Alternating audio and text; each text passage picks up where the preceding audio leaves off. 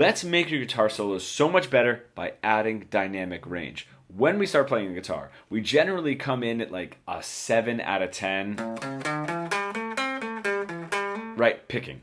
Now that's going to make us muscularly tired, right? Because we can bring that down to smaller muscle groups, but it's also not giving us a whole lot of headroom in volume dynamic from 7 to 8 to 9 to 10, you know, if we really want to go all the way up to a 10, and that's going to make our solos very tired. The thing is, we learn that in the beginning. Nobody's telling us, oh man, we're squeezing way too hard here, we're picking way too hard here. So just first order of business, relax.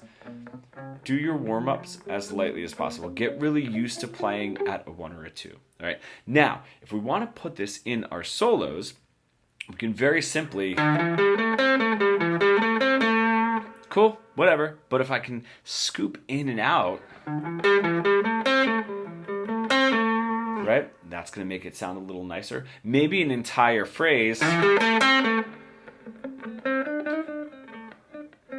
lower. It's going to add so much more life. When you're practicing this, put a backing track on and go from 10 down to 1 and back and forth. Make it exaggerated, make it silly so you get used to that sound, and then you can put it where you want it. I think of this like dialogue in a movie. If I have a line, like, what's wrong with you? There are a million ways that I can say that in that dialogue. I could whisper it.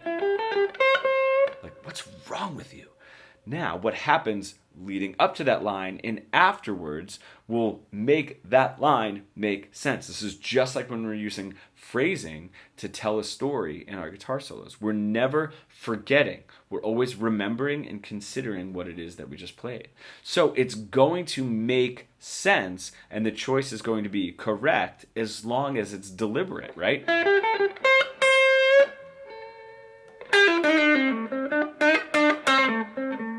You don't have to hit certain notes or certain phrases at a 7 or 8 and then certain notes and certain phrases down at a 2 or a 3. Make those choices deliberate.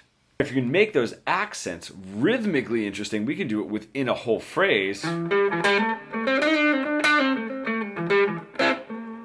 Right? And that's going to give it a little bit of rhythmic bounce as well. That's when we're really good at moving in and out of that range very, very quickly.